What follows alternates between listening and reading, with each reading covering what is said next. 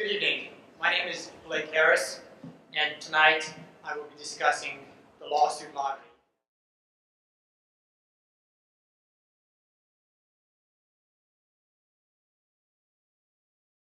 Is the U.S. been more on than any other country? Is it our healthcare? Is it our education? Or is it on our lawsuits? Exactly. You live in the world's most litigious society. 1 in 3 Americans will be sued at some point in their life. Thousands of new lawsuits are filed every single day, and billions of dollars are paid out in judgments every few days. These facts may make you wonder, in the words of the talking heads, how did I get here? How did our legal system become a lawsuit lottery? Our founding fathers actually established 4 principles to help keep a check on litigation and encourage cooperation.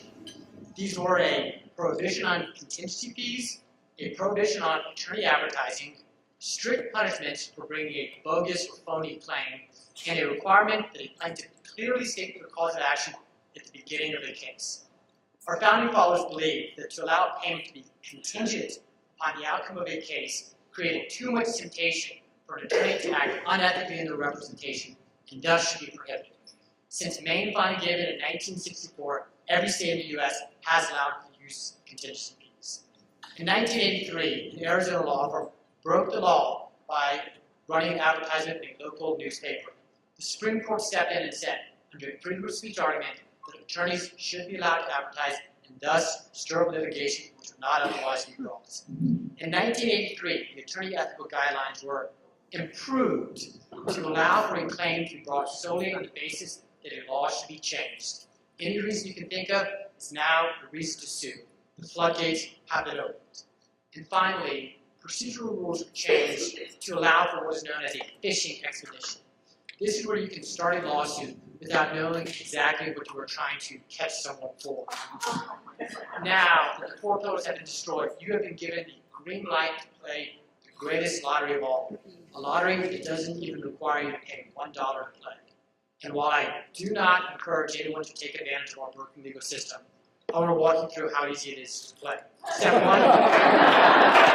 find a target. It does not need to be someone who is super wealthy. In fact, a middle class or upper middle class individual may be better because they will not have access to the strongest and best defense teams. Step 1, popular targets include doctors, those who are trying to keep us healthy. They're easy to portray as unsympathetic or elitist defendants. Small business owners, those that employ many of us, are typically way too busy to even attempt to try to defend a lawsuit. Step number 2, come up with a reason. It can be a physical harm, it can be an emotional injury. Sometimes the slightest of circumstances is enough to get your case started. And that's all you're trying to do. Get your case started, get the defendant scared, then hit them where it hurts. In the pocketbook. The longer the case drags on, the more your defendant will have to pay out to their attorneys, the more your defendant will have to pay out to expert witnesses. And sooner or later, your defendant is going to do, like most defendants, decide it's easier just to hand over a nice, big, beautiful settlement. And that's the beauty of the lawsuit lottery. You don't have to have a winning case to win the game. Some people think this is wrong. Some people think we should bring a stop to what is essentially legal extortion. I happen to agree, and I have a few suggestions for how we could do this.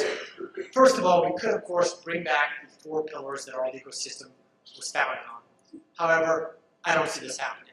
It took a long time to create this system, and there are lots of people who are financially vested in keeping the system broken. Another option, which would have profound effects overnight, is for Congress to pass a law which requires one thing: loser pays. If you are sued and you are found not to be liable, and jury of your peers has determined you have done nothing wrong, you should not be the one to bear the cost of that defense. And finally, we could all look to protecting ourselves. Just as there are many laws to make it easy for someone to take away your property, there are also lots of laws to make it easier for you to hold on to and protect your property. I advise you to go online and do your research. Learn about these laws and see what you can do to protect yourself. Because, whether you like it or not, you live in the lawsuit lottery.